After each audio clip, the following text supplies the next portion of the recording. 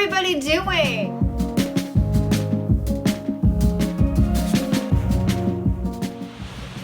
Okay, so what we have going on here is a setup for a watercolor resist project.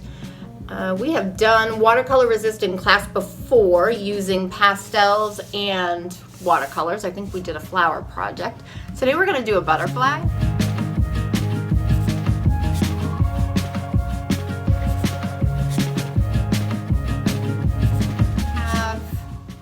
As far as materials go, I'm using paper. I am using a little bit of a thicker paper just because with the watercolors and the water you don't want it to soak through. So if you have something a little thicker, you can use that.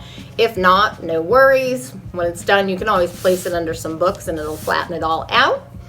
I've got just one of these little watercolor palettes,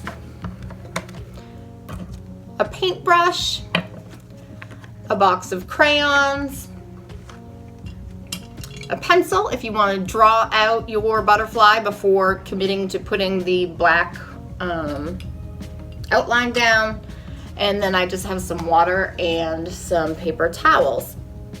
If you don't have watercolors, we're going to be going through how to draw a butterfly, so you can always use markers. You can mix up your media, outline it with some black marker, color it in with some colored pencil. Outline with some black crayon, color it in with marker. You know me, anything goes. So whatever you have, it'll work. You don't need to go out and get anything because we can't anyways.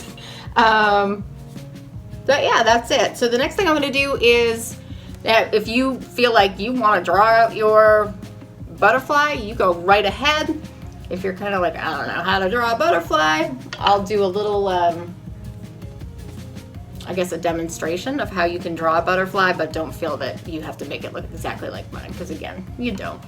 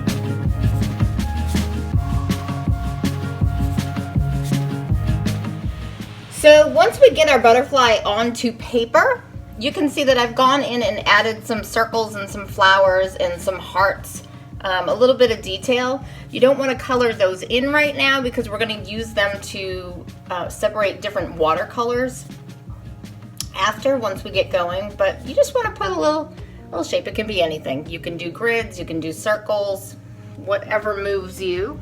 I'm just going to add a couple more things here and then we'll be all set.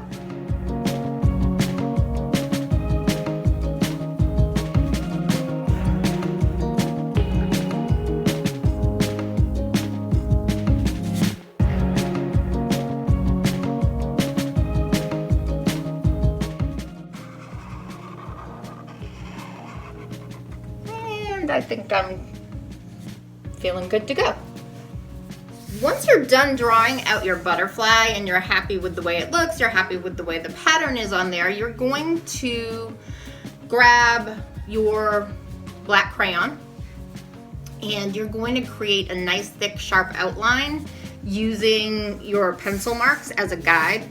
I drew mine out with magic markers so that you could see it while I was videoing, but I'm actually going to go back in and trace over it with the black crayon just so that I get that true watercolor resist.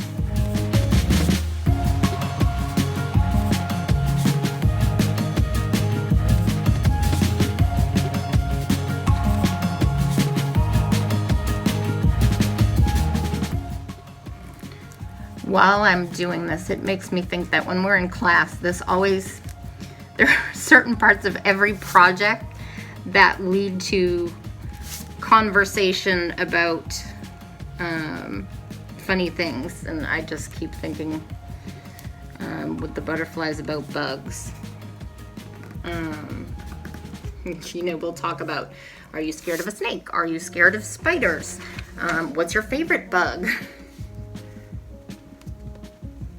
Is a butterfly technically a bug? I'm not even sure. I think it is. Because if not, right, it's an insect, I believe. Because I think you're either an insect or an arachnid. An arachnid, we know those are spiders because they have 8 legs, and butterflies definitely don't have 8 legs, so I guess they are an insect.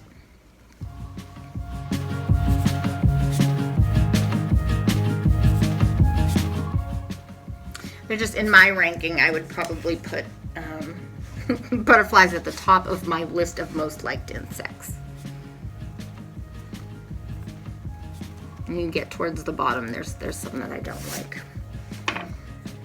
All right, so once we have that all outlined, this is the fun part. You're gonna go in and use your watercolors to give this all kinds of juicy color.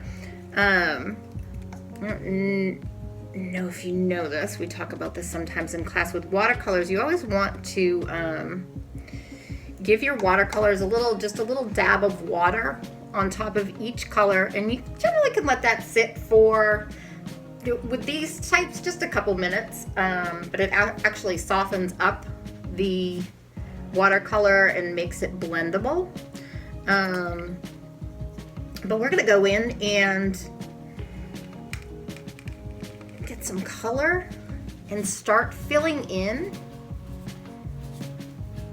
within your crayon marks. And you can see, let me see if I can lift this. I just did that little dot, but if you look, you can see where it resists the black crayon in there. I think you can see it. And just makes different shades and colors. It's just kind of it's a cool technique.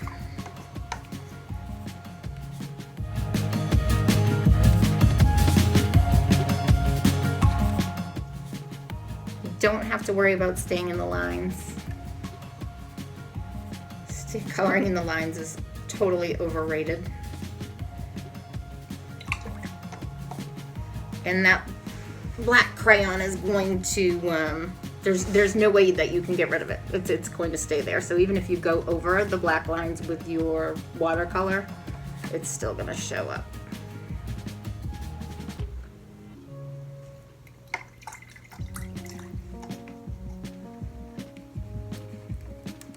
You can try mixing some colors in your palette, bring out some of that yellow and that green, and that'll make a nice juicy green. Just because it's in the palette as 7 colors, or however many colors are here, 8 colors, doesn't mean that there's only 8 colors, because we can mix those all up.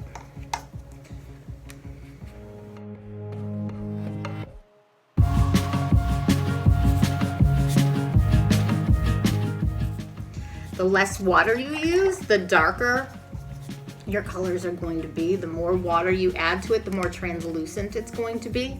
There's not a right way or a wrong way. Definitely experiment with it.